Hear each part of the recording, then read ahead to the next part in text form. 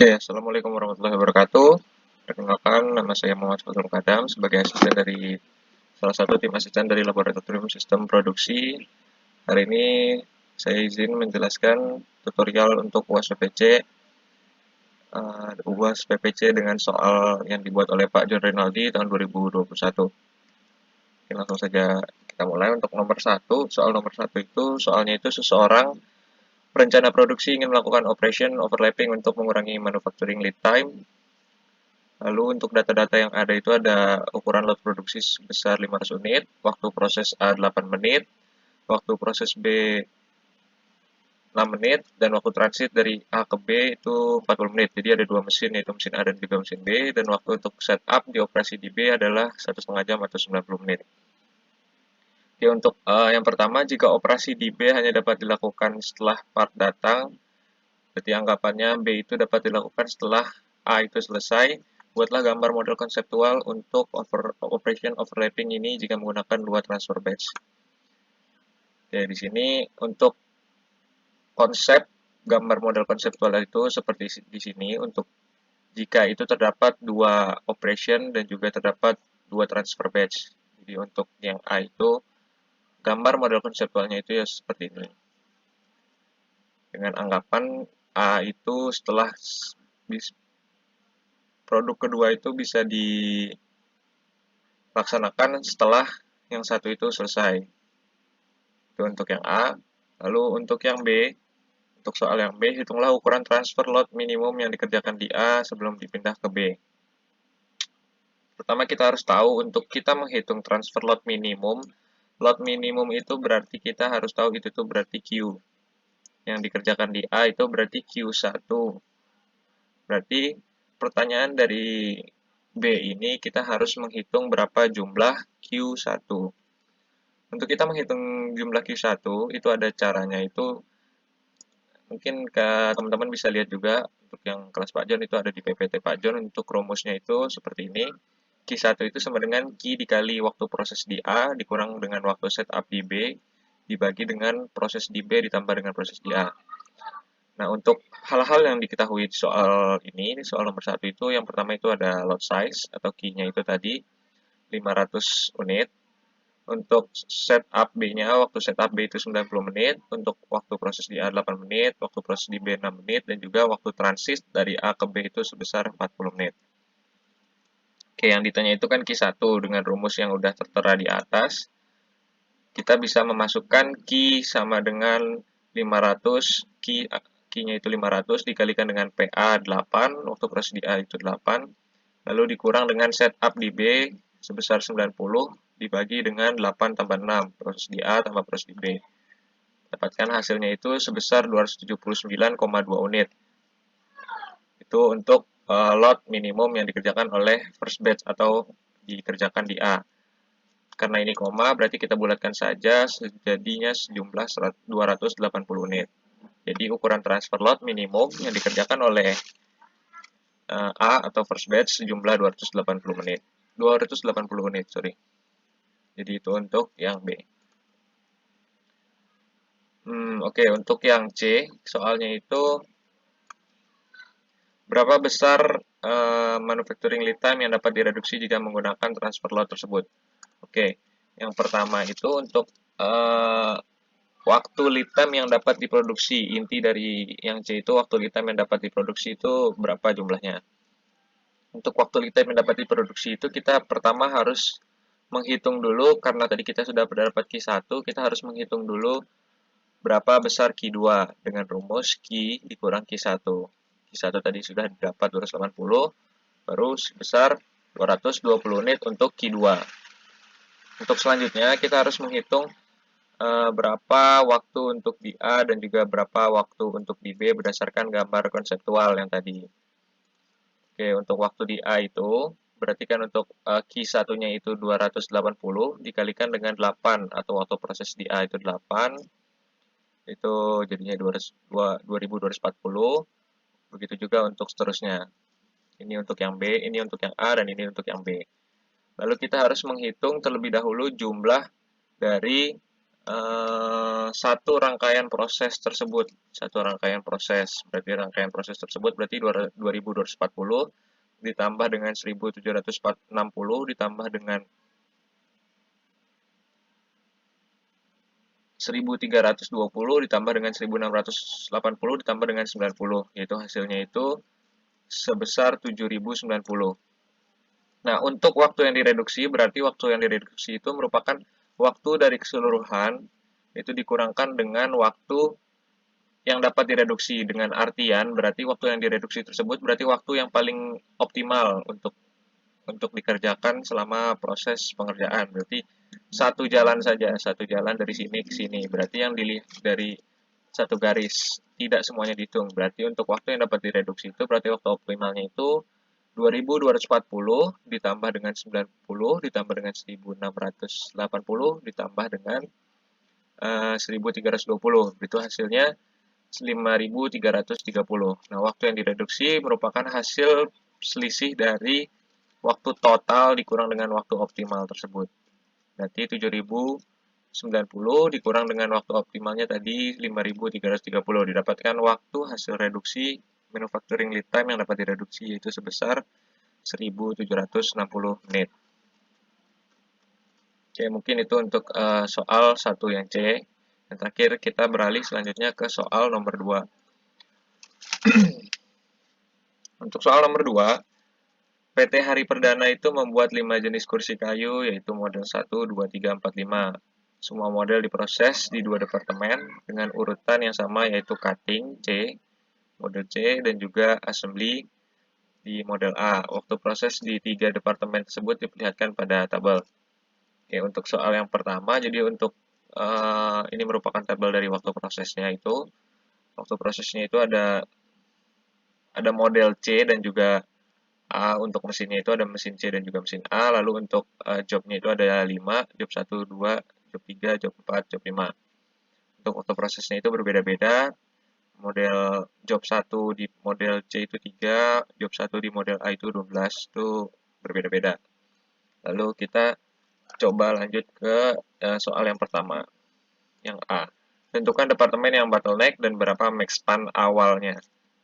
Oke, perlu kita ketahui untuk kita menentukan max span dan juga bottleneck itu kita harus menghitung waktu jumlah dari masing-masing mesin, jumlah dari masing-masing mesin dan juga jumlah dari masing-masing job. Caranya itu, jadi kita harus menentukan jumlah dari mesin di C, waktu proses di mesin di C, dengan cara 3 ditambah 10 ditambah 6 ditambah 4 tambah 6, itu jumlahnya 29, dan juga kita harus menghitung jumlah waktu proses di mesin A. 12, 21 ditambah 12, tambah 18, tambah 5, tambah, itu hasilnya 68. Lalu juga kita harus menghitung jumlah waktu proses untuk masing-masing job. Jadi job 1 kita hitung jumlahnya berapa, job 2 berapa, job 3 berapa, job 4 berapa, job 5 berapa.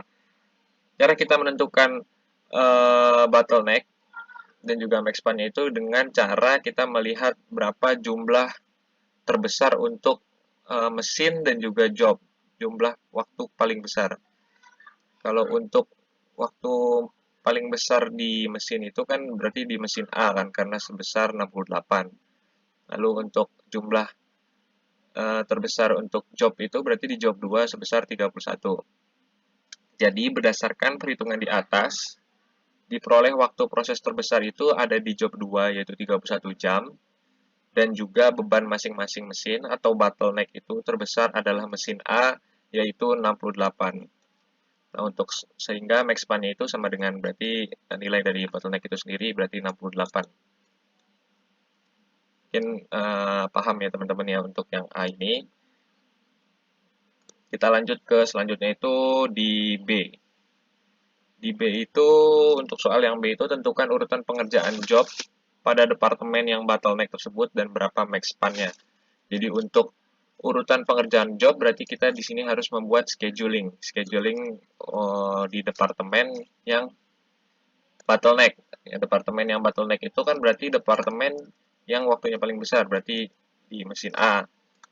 untuk yang bottleneck kan. Berarti kita harus menghitung scheduling mesin-mesin mana yang urutan-urutan mesin mana yang dikerjakan di departemen A.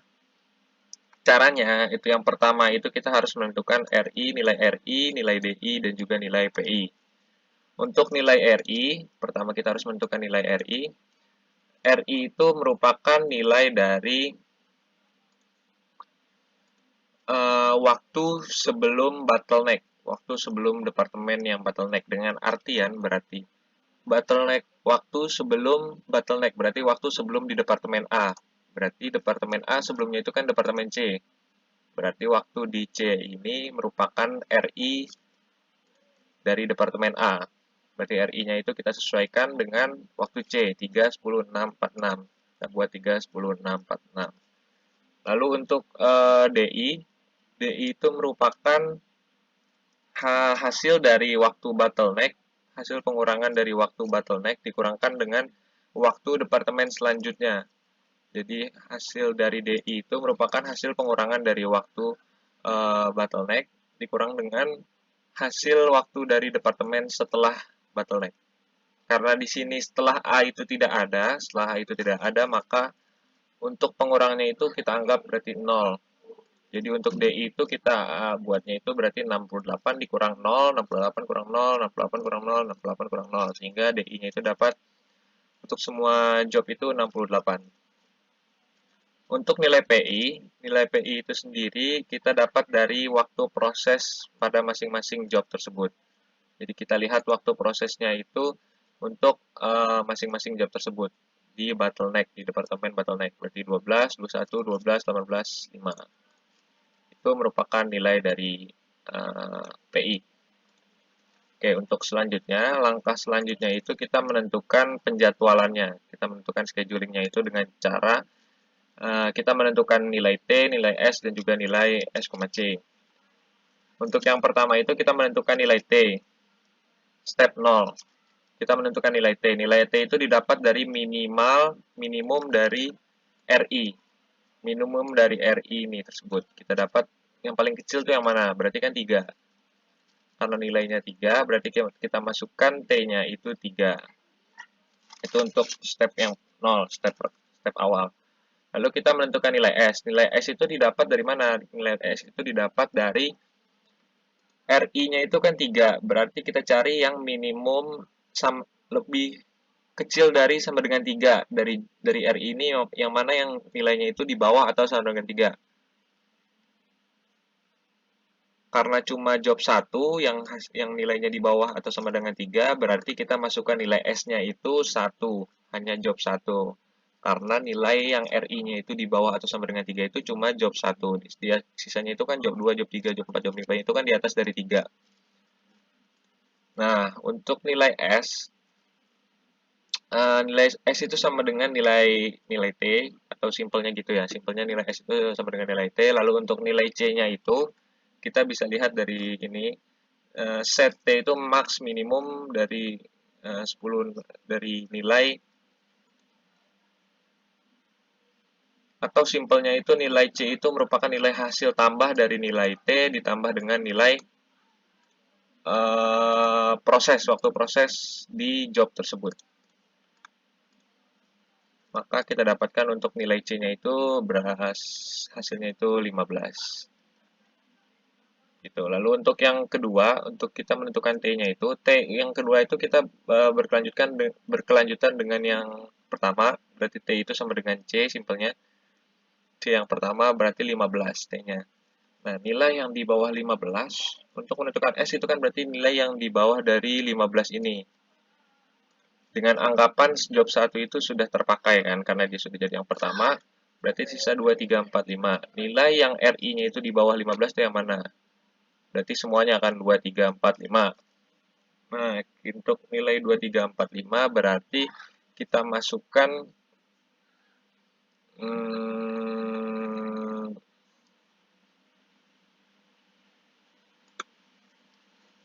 S-nya itu berarti 2,3, 4,5. Lalu untuk kita menentukan S, C, S-nya itu berarti 15 sama dengan T. Untuk C-nya itu berarti nilai dari T ditambah dengan dudet yang paling maksimum. Dudet yang paling maksimum itu kan sama, sebenarnya sama aja. Berarti kan karena ini dudetnya itu